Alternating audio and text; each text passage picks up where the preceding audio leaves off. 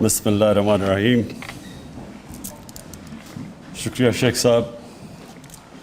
میں آیا تو آج ای پاسپورٹ کی انوگریشن پہ تھا، لیکن بڑھیا اور بھی آپ نے باتیں کر دی. میں سب سے پہلے ٹیکنالوجی کی بات کرنا چاہتا ہوں. دیکھیں، دنیا میں ٹیکنالوجی نے جو سب سے بڑا کام کیا ہے، لوگوں کی زندگیاں آسان کی ہے. اور سیکنڈ جو سب سے بڑا کام کیا ہے کہ جو کیپیسٹی تھی آفیشلز کی کرپشن کرنے کی، وہ ٹیکنالوجی کی وجہ سے وہ کیپیسٹی ختم ہو گئی. جتنی بھی آپ ایکسپیریمنٹ کریں، اپنے تجربے سے دیکھیں، تو آج سے 22 سال پہلے شوکت خانم نے ہم نے پیپر لیس اپنا سارا سسٹم کر دیا تھا، اور ساری ہم نے ٹیکنالوجی کی وجہ سے سب کچھ، کوئی گنجائش نہیں رکھی کہ پرچیاں چلیں یا کچھ چلیں جس کی وجہ سے بڑی لیول پہ کرپشن ہوتی تھی. اور اتنا زیادہ فرق پڑا ہاسپٹل پہ کہ ایک دم جیسی آپ نے پیپر لیس ہاسپٹلس کے سسٹم کیے،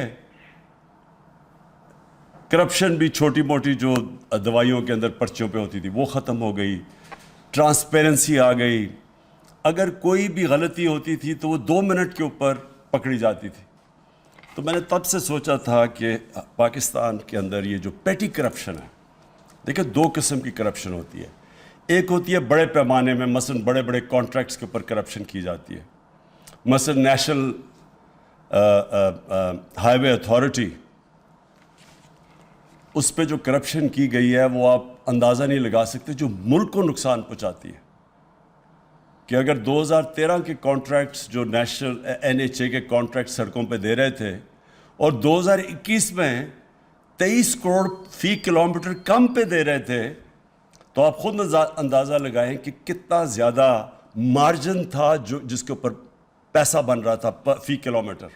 اور ہم نے جب وہ کیلکولیٹ کیا جتنی سڑکیں بنائی گئی، تو 1000 ارب روپے کی اس کے اوپر سائفن آف کیا گیا تھا. پیسہ سڑکوں سے نکالا گیا تھا، لوگوں کی جیبوں میں گیا تھا. تو یہ ساری چیزیں جیسی آپ ای ٹینڈرنگ کرتے ہیں، جتنی آپ ٹیکنالوجی کا استعمال کریں گے، یہ کرپشن نیچے آ جائے گی ملک میں. تو مجھے اس کی سب سے زیادہ خوشی یہ ہے کہ جو عام ہمارا اس ملک کا جو مزدور، جو سب سے بڑا اثاثہ ہے، جو جا کے باہر محنت کرتا ہے، 12 گھنٹے کام کرتا ہے، اپنی سیونگز پاکستان بھیجتا ہے، اور اس کے اوپر یعنی ریکارڈ ریمیٹنسز آئی ہیں پاکستان میں. 31 ارب ڈالر کی ریمیٹنسز آئی ہیں، جس کی وجہ سے اللہ کا کرم ہے کہ ہم ان مشکل حالات میں، جب تیل کی قیمتیں آسمانوں پہ چلی گئی ہیں اور ہمارا جو کرنٹ اکاؤنٹ بیلنس ہے وہ افیکٹ ہوا ہے اس کی وجہ سے، کیونکہ جب تیل اتنا اوپر چلا جائے ساری چیزیں مہنگی ہو جاتی ہیں، امپورٹس مہنگی ہو جاتی ہیں. تو یہ ہمارے بیرون ملک پاکستانی محنت کش لوگ ہیں جن کی پیسے کی وجہ سے آج ہماری اکانومی سسٹینیبل ہے. تو ان کے لیے جتنی بھی ہم آسانیاں پیدا کریں، ملک کا ہی فائدہ ہے، انسانیت کا بھی فائدہ ہے، کیونکہ وہ غریب ترین لوگ ہوتے ہیں. جس طرح میں نے کہا 12 گھنٹے کام کرتے ہیں، پیسے سیو کرتے ہیں، گھر بھیجتے ہیں، اور میں نے بڑی مشکلات کا ان کو سامنا کرنا پڑتا ہے. ایئرپورٹ کے اوپر بیچارے پھنس جاتے ہیں، پھر جا کے جدھر وہ آفیسز میں جاتے ہیں بیچارے دھکے کھاتے پھرتے ہیں. تو یہ جو شیخ صاحب انٹیریئر منسٹری کو میں آج خراج تحسین پیش کرتا ہوں، اور نادرا کو بھی، کہ آپ نے یہ مل کے یہ جو ای پاسپورٹ بنایا، اور یعنی آپ نے اپڈیٹ کر دیا ہے پاکستان کی بھی، یہ جو سسٹمز ماڈرن کر دیے کہ اب کوئی کیوز نہیں کرنے پڑیں گے. جس کے پاس ای پاسپورٹ ہوگا وہ سیدھا گیٹ سے نکل جائے گا بیچ میں. تو یہ جو ایئرپورٹس کے اندر مسئلے آتے ہیں، اور خاص طور پہ عام لوگوں کو، وہ بھی چلے جائیں گے. سیکیور بھی ہے، جس طرح آپ نے کہا کہ اس میں سیکیورٹی چیکس ہیں، پاسپورٹ سیکیور بھی ہو جائے گا. اور یہ جو مجھے اس سے بھی زیادہ خوشی یہ ہے کہ ٹورزم میں یہ بڑا فائدہ پہنچائے گا. دیکھیں پاکستان کا جو فیوچر ہے نا، اس پہ ٹورزم بہت بڑا رول پلے کرے گی. ہمارا اس وقت مسئلہ ہے کہ جیسے جیسے ہماری ایکسپورٹس اوپر جا رہی ہیں لیکن ابھی بھی ہماری امپورٹس اس سے بہت زیادہ ہے. تو وہ جو گیپ ہے، ٹریڈ گیپ جسے کہتے ہیں، وہ ہمیں جب تک ہماری ایکسپورٹس کی کیپیسٹی بڑھتی نہیں جاتی کہ ہم ایکسپورٹس اپنی امپورٹ سے آگے لے جائیں، تب تک یہ جو گیپ فل ہو سکتا ہے. ایک تو ریمیٹنسز سے اوورسیز پاکستانی کرتے ہیں، دوسرا ٹورزم. پاکستان ایک وہ ملک ہے جس کو اللہ نے اس طرح کی ویرائٹی دی ہے کہ ہم ہر قسم کی ٹورزم اٹریکٹ کر سکتے ہیں، لیکن ہم نے کبھی توجہ نہیں دی ٹورزم کے اوپر، اور ٹورسٹ کے لیے آسانیاں نہیں پیدا کی. ہم نے ریزورٹس کے اوپر کبھی سوچا نہیں. ہم نے ٹورزم کو ابھی انڈسٹری بنایا ہے، اس کو پہلے انڈسٹری بنانا چاہیے تھا، اور انسینٹیوائز کرنا چاہیے تھا کہ باہر سے آئے لوگ انویسٹ کریں ریزورٹس کے اوپر. اصل میں ٹورزم صرف ایک ٹورسٹ آ جاتا ہے ملک میں، اس سے فائدہ نہیں ہوتا. ٹورسٹ ملک کے اندر آ کے جب پیسہ خرچ کرتا ہے تو ملک کو فائدہ ہوتا ہے. اس کے لیے ریزورٹس چاہیے، اس کے لیے ہم نے کبھی ان کو انسینٹیوائز نہیں کیا. ہم نے بہت بڑی ایک کام کیا ہے کہ ہم نے اسکردو کو انٹرنیشنل ایئرپورٹ بنا دیا. اس کا مطلب یہ کہ ڈائریکٹلی لوگ اب اسکردو آ سکیں گے، نہیں تو وہ آ کے بیچارے یہاں پھنستے تھے کہ موسم خراب ہوا ادھر اسلام آباد میں.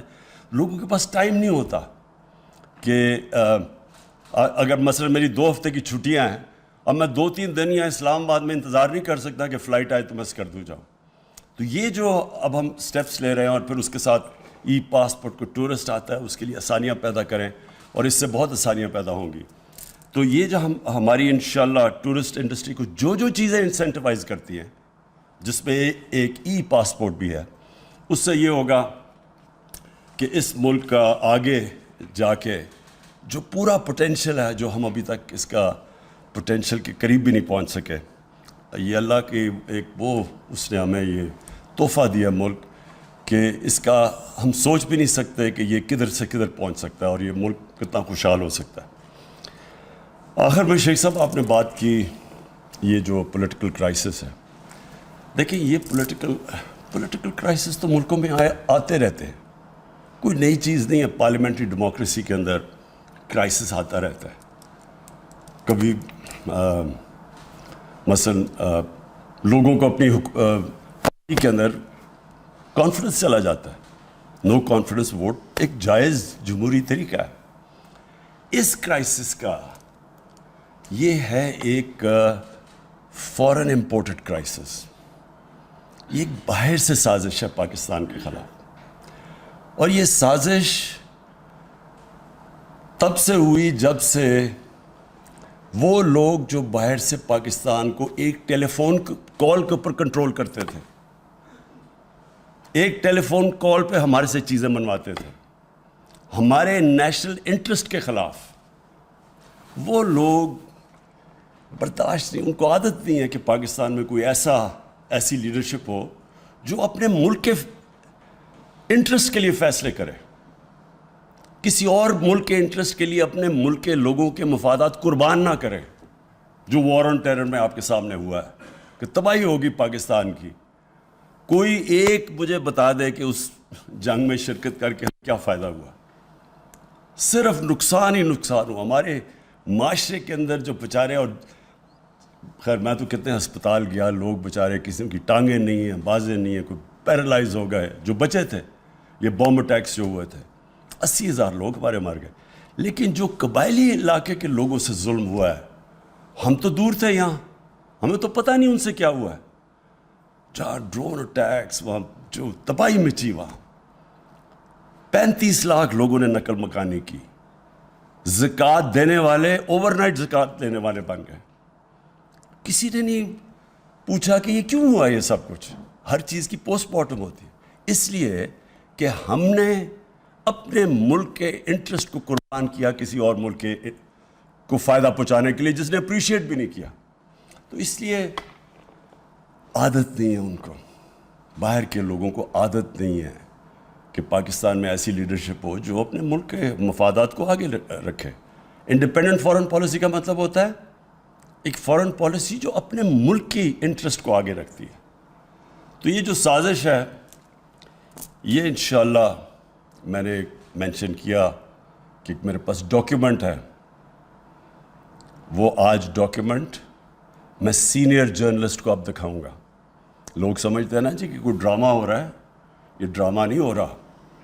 ہم صرف یہ دیکھ رہے تھے کہ ہم اپنے ملک کے انٹرسٹ کو پروٹیکٹ کرنا چاہتے ہیں، اس لیے ہم وہ پوری طرح لوگوں کو بتا نہیں سکتے کہ وہ کن ممالک یا کن یعنی کون سے لوگ تھے باہر جنہوں نے یہ ہمیں یہ جو دھمکی دی ہے. لیکن کیونکہ اس کو شک کیا جا رہا ہے کہ شاید عمران خان کوئی اس طرح اپنی حکومت بچانے کے لیے اس طرح کر رہا ہے، اس لیے میں نے آج فیصلہ کیا. میں ٹاپ پاکستان کے صحافیوں کے ساتھ وہ شیئر کروں گا. میں یہ جو لوگ انجانے میں سازش کا حصہ ہیں، ان کو نہیں پتا کہ وہ کتنی بڑی سازش کا حصہ ہے، ان میں سے جو ہماری ایلائڈ پارٹیز ہیں ان میں سے ایک ایک کو بلواؤں گا، ایک آدمی نمائندے کو بلواؤں گا، ان سے شیئر کروں گا، بتاؤں گا کہ یہ ڈاکیومنٹ ریل ہے.